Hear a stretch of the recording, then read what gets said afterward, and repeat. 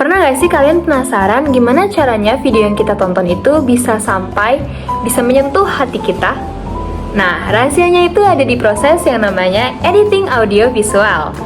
Editing audio visual itu ibarat seni yang tersembunyi. Invisible art. Loh, kenapa dibilang tersembunyi? Karena prosesnya yang tidak terlihat secara langsung, namun dampaknya bisa bikin kita tertawa, terharu, bahkan bikin kita makin paham dengan pesan yang disampaikan. Lalu, apa itu editing audio visual? Editing audio visual merupakan proses atau cara kita memilah, merangkai, memodifikasi, menyunting elemen suara dan gambar atau video supaya pesan yang ingin disampaikan sampai ke audiens dengan sempurna. Sejarah editing audiovisual ini dimulai pada era film bisu. Ingat Charlie Chaplin? Pada masa itu, cerita hanya disampaikan hanya lewat gambar bergerak tanpa adanya suara.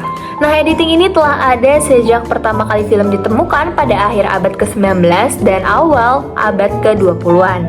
Pada awalnya, editing ini hanya dilakukan secara manual dengan memotong dan menempelkan film fisik atau roll film.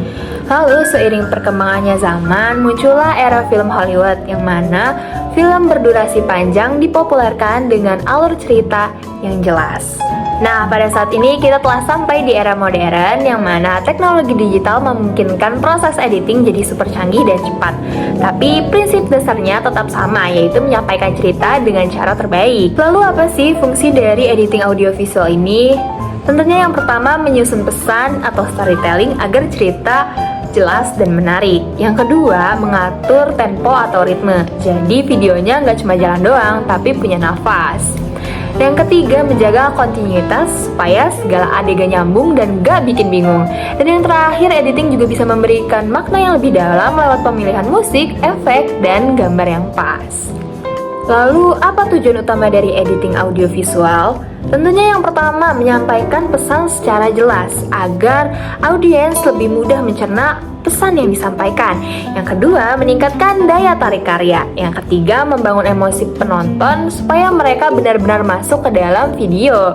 Ya, dan yang gak kalah penting, membuat penyampaian pesan menjadi efisien, singkat tapi bermakna. Jadi sekarang kamu tahu kan kalau editing audiovisual itu bukan cuma soal teknis, tapi sebuah seni menyatukan gambar serta suara. Nah, jadi jangan remehin lagi ya proses editing ini. Boleh dong tulis di kolom komentar editing video terbaik versi kamu. Aku Mutia Zahra pamit undur diri, sampai jumpa di video selanjutnya.